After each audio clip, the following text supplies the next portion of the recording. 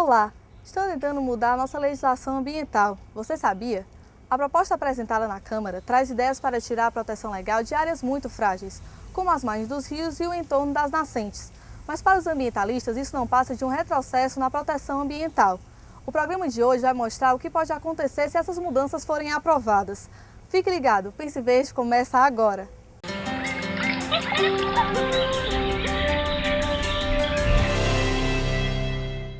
Você sabia que a maioria dessas terras será destinada ao agronegócio?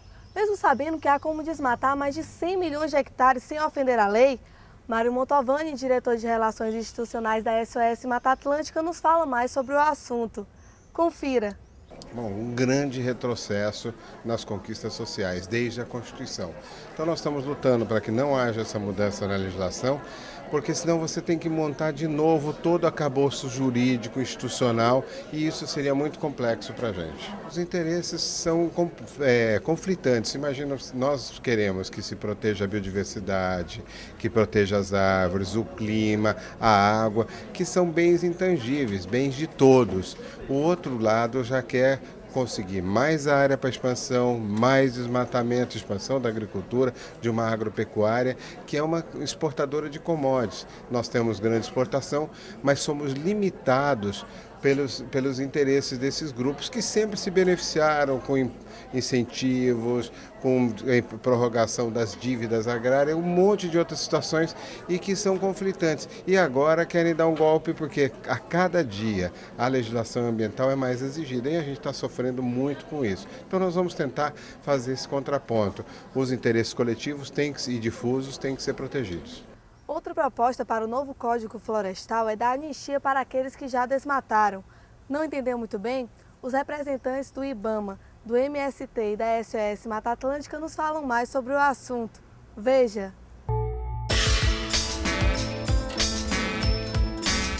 A reserva legal é uma área que serve para manter a biodiversidade, ou seja, toda propriedade tem que ter uma porcentagem onde deve manter a cobertura florestal original.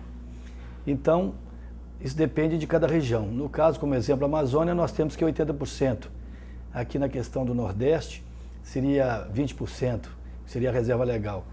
Em outros biomas, como o Cerrado, seria 30%. Essa questão do Código Florestal ela vem sendo discutida há vários anos. Desde que ela passou, principalmente na Amazônia, que nós vamos citar aqui mais a Amazônia, ela passou de 50% da reserva legal para 80%, a bancada ruralista vem querendo mudar isso para 50%. Porque o interesse da bancada ruralista é justamente plantio, seria agropecuária, né? E, por outro lado, existem os ambientalistas que acham que deve permanecer os 80%. Eu acho que uma das questões principais, eu acho que os 4 pontos centrais desse projeto de lei que está propondo a alteração no Código Florestal é a anistia das multas, né, dos grandes proprietários pelas áreas desmatadas. É um dos pontos, então, que eles estão querendo nessa lei central. Uma outra é que eles possam, que seja dado o direito de repor as áreas desmatadas com plantas exóticas, que são o dendê para os agrocombustíveis, a produção de pinos, outras plantas que não são da região, por exemplo, não são nativas daquela região, portanto, eles querem reflorestar com essas áreas que também têm interesse deles, quer dizer, reflorestar com eucalipto. Não é uma refloresta, não repõe a biodiversidade.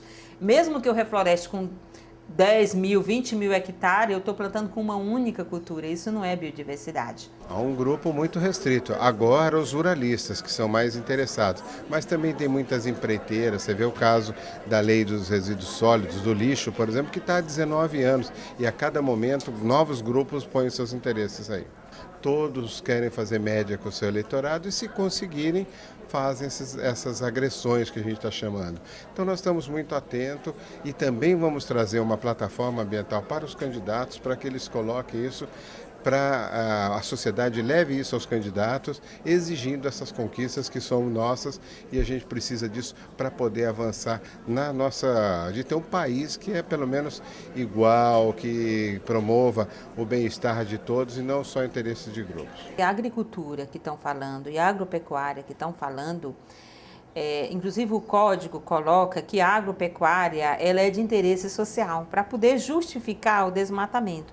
Então, o que se coloca é o avanço da monocultura, do uso intensivo dos agrotóxicos. É uma agricultura empresarial que vai destruindo tudo onde passa. Portanto, a mudança do código para atender a essa agricultura ou a qualquer outra agricultura, quer dizer, destruir o meio ambiente para avançar na agricultura é um crime.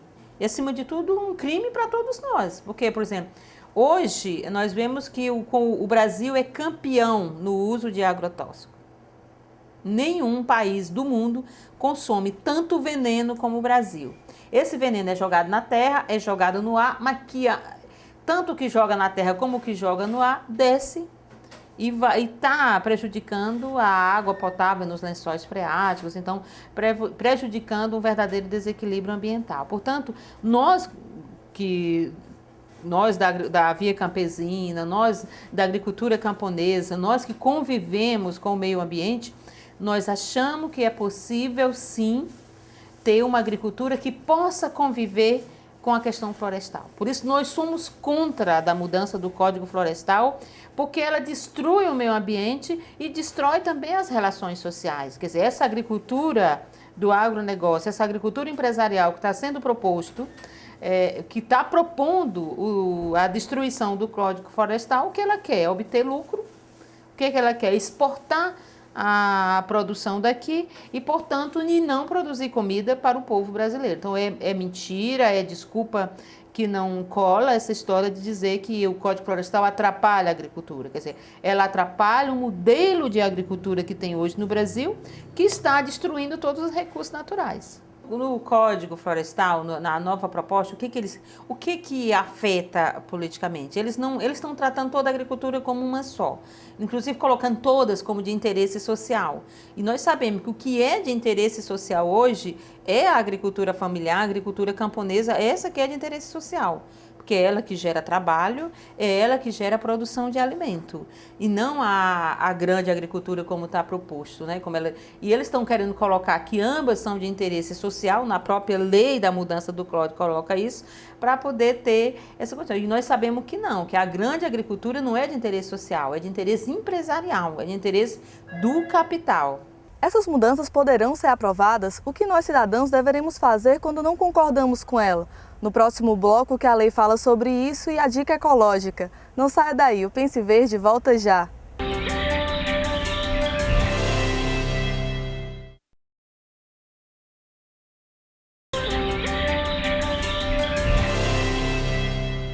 Está claro que essas mudanças no Código Florestal só têm a prejudicar a nossa vida. Mas o que o cidadão pode fazer para que isso não aconteça? A professora de Direito Ambiental da Unifor, Giovana Cartacho, nos fala mais sobre o assunto. Veja!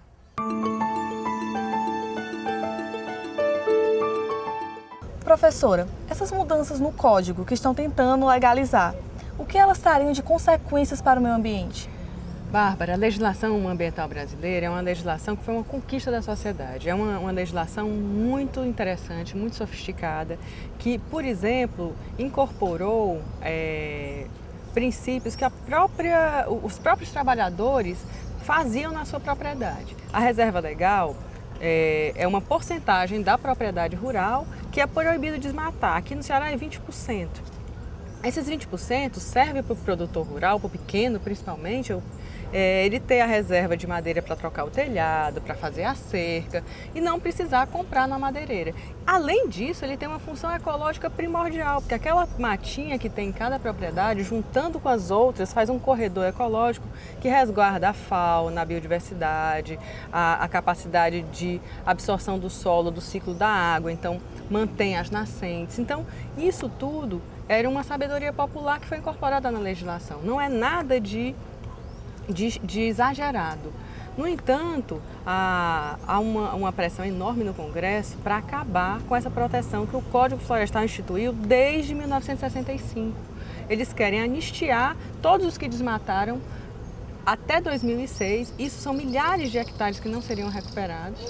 E principalmente extinguir ou diminuir essas áreas protegidas que são a proteção do código, são exatamente nas áreas mais frágeis. É a margem do rio, que é no mínimo 30 metros, que você não pode desmatar, porque senão vai causar o quê? Quais são os principais problemas? Se você desmata essas áreas que são frágeis, que o código protege, você vai ter erosão, mortandade de peixes, aumento das enchentes, aumento das epidemias, porque com isso já está provado que diversas doenças como a malária, como o calazar, elas estão relacionadas ao desmatamento, aumenta a incidência dessas doenças quando você desmata, porque o mosquito sai da floresta e começa a habitar as casas e a provocar mais contaminação. Né? Além dos problemas do aquecimento global. Nós estamos vivendo uma crise ambiental global e a gente está propondo aumentar o desmatamento no Brasil quando não é necessário para a agricultura, Bárbara. Estudos da USP, da Exalc, mostram que hoje, cumprindo a lei, ainda é possível desmatar 100 milhões de hectares para plantar no Brasil. Então não há necessidade de desmatamento para aumentar a agricultura no Brasil. E o que essas consequências poderiam trazer para o pessoal aqui da cidade, para a área mais urbana? Olha, nós vemos todo ano, Bárbara, por exemplo, Rio de Janeiro, Santa Catarina, São Paulo, diversas enchentes, né? E isso é ocasionado pelo desmatamento das margens dos rios, porque a água não tem como escoar, inclusive aqui na cidade, e aquele rio que passava naquele lugar, ele é estrangulado e quando chove ele transborda, porque não tem aquela área natural que é necessária. E as cidades ficam mais quentes, mais desagradáveis, sem paisagem, sem áreas de lazer. Então tudo isso é a perda da qualidade de vida da gente aqui na cidade também, né? E além das consequências aí de aquecimento global, com derretimento de geleira, aumento do nível do mar, tudo isso está interligado. A natureza toda ela tem consequências que às vezes estão distantes, mas que são ocasionadas principalmente pelo desmatamento. E o que nós, como cidadãos, podemos fazer para conseguir diminuir ou fazer com que essa lei não seja aprovada? Bárbara, existe todo um movimento nacional das ONGs que você, cidadão, pode participar sim. Você pode passar um e-mail para todos os deputados através desse site que está na tela e se manifestar, né? Dizer que é contra a mudança no Código Florestal, que é a favor da legislação ambiental brasileira, que é a favor da proteção de nossas florestas. É só clicar no site e enviar um e-mail para todos os deputados federais pedindo que esse parecer não seja aprovado no Congresso.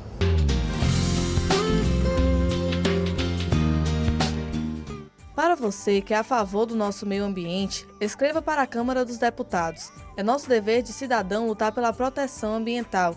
A dica de hoje é entrar no site da Havas e se pronunciar contra a legalização do desmatamento. É isso aí, gente. O Pense Verde fica por aqui. Hoje vimos o quanto essas mudanças provocariam impactos até mesmo na cidade, provocando enchentes, além de diminuir a biodiversidade, fauna, flora e até mesmo as águas. Ficou com alguma dúvida? Escreva para penseverde@unifor.br ou ligue para 3477-3422. Obrigado pela companhia e até a próxima!